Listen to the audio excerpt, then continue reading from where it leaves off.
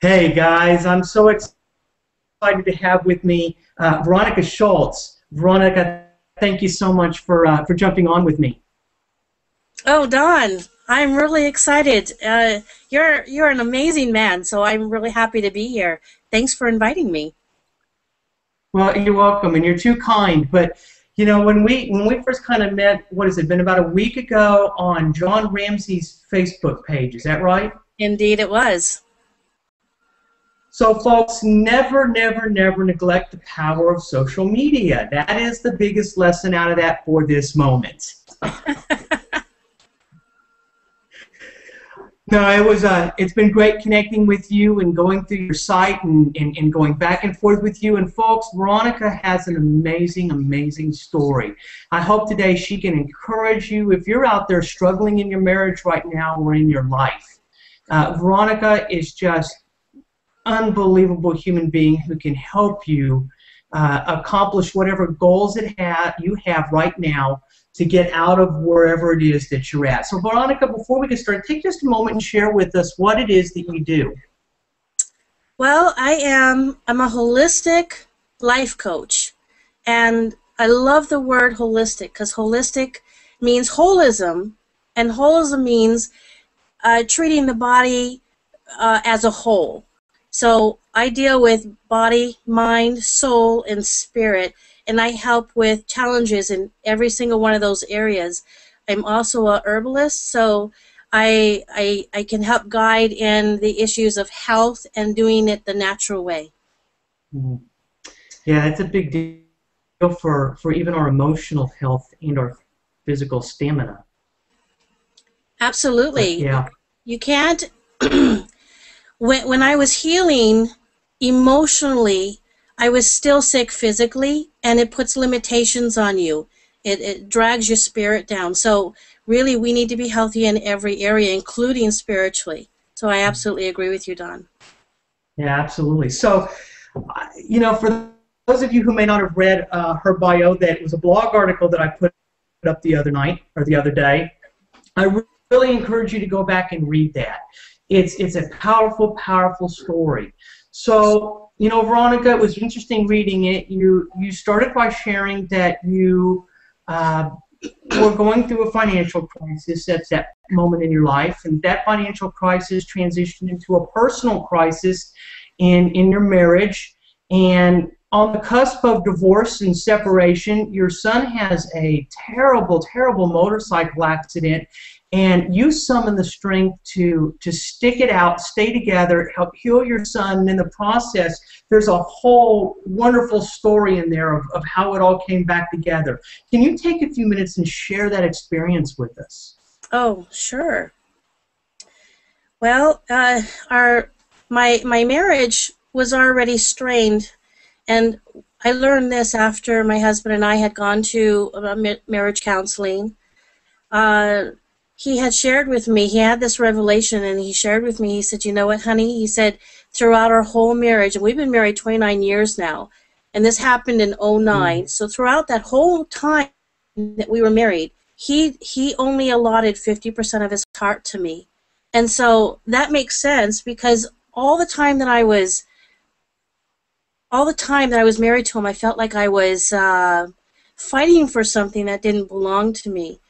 And when this whole incident happened, the tragedies of '09, the marriage that was already strained just kind of just broke apart. I mean, it just there was a conversation one night, and my husband, out of utter desperation, and I didn't understand this at the time, that I knew that men had their identities in work and what they do and how they provide for the family, but I didn't understand that when they lose that identity, because we lost our he lost his job, we were losing our houses, everything that was important to my husband, uh, he lost, and so his identity was shattered, I guess you would say. And one in the conversation we had one night, he just said, "I don't want anything that's going on. I don't want the houses. I don't want you. I don't want anything." And that was that was devastating. It really was. And that was, but I decided at that time to move on. You know, I kind of figured it was going that way, and I just gathered up my strength to make that choice. So this happens, and not too long after that, I sense, is when your son has his accident. Is that right? Yes, it was not a motorcycle accident. It was actually a car accident. And Oh, okay. is interesting enough is that God's hand was through the whole thing. I had my bags packed. I was ready to leave. My flight was due to leave January 14th at 6:30 in the morning, and this is just profound. So this is why the detail. January 14th, 6:30 in the morning, and January 13th, the night before, at 7 p.m. almost on the dot, I laid down to go to sleep. And that's when the phone rang. And so I turned the light back on, answered the phone, and this was the conversation. Hello? Mom? I got in a car accident. I said, are you okay? And he said, well, I think my leg is broke. And I said, why do you say that? He said, I can't feel my toes, and I think the bone is popping through. And I said, I'm going to give the phone to your dad. You tell him where you are. We'll meet you there. Well, we got there the same time as the emergency crew, because he had called 911 just before he called us. And it was remarkable that the doctor told me most people have some sort of lapse in memory when they are faced with such a traumatic experience, but my son was coherent through the whole thing. He understood everything that was going on, remembered everything. And so a couple hours later, we're at the hospital looking at the x-rays of his shattered legs. And I have those pictures on my Facebook page if anyone would like to just take a look at that, because it's shocking to see. And I had documented the whole thing by taking pictures because there was nothing else for me to do. It was a horrible situation. And at that point, you know, we were in the emergency room, and my son takes my hand. He's about ready to be wheeled into surgery, and he takes my hand and he said, Mom, you have been so unhappy and so miserable. I want you to go. Dad will take care of me. And I just about fell apart. Those words were so sweet and so tender and so beautiful. My son was right about 21, 22 at the time. And this was not a fender bender. This was a life-changing incident that happened with my son. So I had a choice to make. Was I going to go, because I had his blessing, his permission, and try to find my life, or was I going to stay and nurse my son back to health? And here's the thing that people need to understand when they're facing a situation like this, is that when you are faced with choices, what is God trying to do? Where does he want to take you? And I recognize this. I recognize that I was at a fork in the road, and that not necessarily either way would have been a wrong choice, but what did I want? Where did I want to end up? So I decided to stay. I decided to stay and nurse my son back to health. And so there was a gentleman that was involved in all this, and this is where I was going to fly to. I was going to go meet him. I've never met him in real life. It was just by the internet. And that's kind of a story in itself, but that happened because he was there emotionally where my husband wasn't when I was going through that whole thing. And I lost my train of thought. So where were we going with this? Well, I think where we were starting to head to is that, you know, you're nursing your son back to health, and how does this start to translate with your husband? So your husband, is he aware of this other person? Yes, he was. He absolutely was. Okay, so how does this transition start to take place, where in your story you start talking about how he becomes more of a well, for lack of a better word at the moment, a better communicator. He's starting to reach out to you more. What are kind of the trigger points that say, you know what, we can pull this back together? Oh, that didn't happen for me till about 3 months later. But let me tell you something amazing about my husband. My husband had made the choice to fight for me. And it was interesting, he shared with me later, he said, I asked our daughter, I came up to her and I said, Lauren, I really messed up. And she looked at me and said, yeah, Dad, you did. You messed up bad. What are you going to do about it? He said, and that was like a pivoting point in his choices.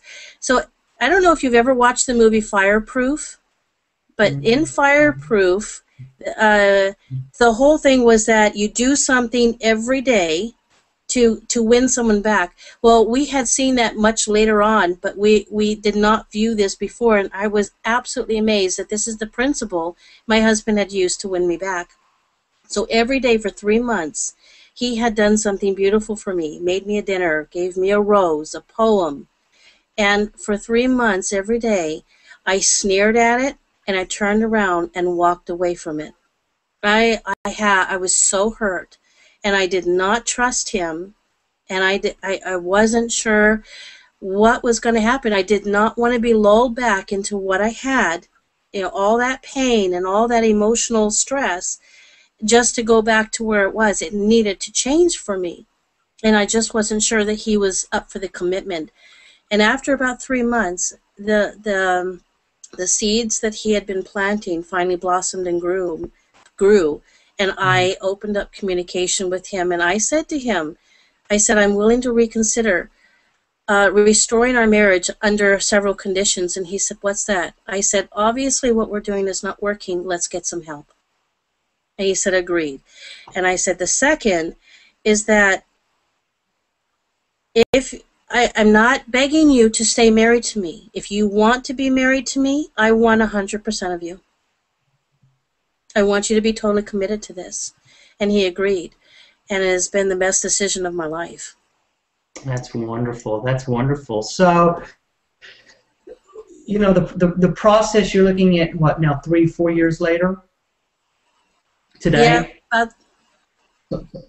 Yeah. What does that look like for you now?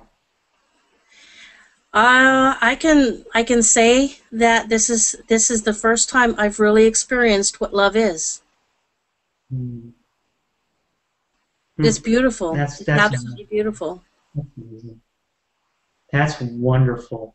That is so wonderful. Not only that, but when you couple it, it even makes the love more special when you think about the lack of love that you felt prior to it. Yeah, it does. I remember feeling like a desert. It was just, I was emotionally dry and just empty. That's how I felt. So during this time, you decided to go back to school. And your passion is very clear to anybody who has been on your website, reads your blog, follows you on social media. You are just a champion of people, and you really want to see people prosper. It's just so clear. So share how briefly the experience informed what you do today. Oh, let's see. Whew. I just really received such clarity. Coaches are, I really believe that coaches are born, not made. You just have that desire in your heart to want to help people. But through these experiences, it helped me to understand people do not need to wallow and to live in their pain, and they think there's no help out there for me. And oftentimes people think that way because they've been hurt so much they don't know who to trust. Yeah. And And my message to all of your fans, to all my fans, anyone who comes across this, is that you can trust me. I will help you pull through all of those things that you are going through. That's gorgeous. That's beautiful. Let me put this up on my screen here. How can people find you, Veronica? What is your web address? You can find me by www.thesoulwhispers.com or veronicaschultz.com. Now I'm going to put this up, and if it's not right, I'll take it right back down, so forgive me, folks. Is that right? No, it's Whispers. WHISPERS. Yes. Whisperers. No, just Whispers. There we go. Oh, Whispers. See, that would help if I got it right the first time, wouldn't it? That's right. That's it. There you go. There you go. So, folks, I hope you'll jump over, go to her website, go through it. She's got great content on her blog. Connect with her at Facebook. You can connect with her through her website on her Facebook page. I really, really encourage you to do that. I know I've been blessed to have connected with you, to interact with you, to learn from you. It is my privilege, as always. And so, Veronica, thank you for a few minutes of your time today. I pray that your story of inspiration encourages one person today who watches this video. So thank you so much again, Veronica. Thank you, Don. I hope the same. I really do. And like I said, it has been a real blessing to have connected with you as well. You're an amazing man. Well, thank you. That's kind. All right, guys. Until the next one. Have a good evening and a great week.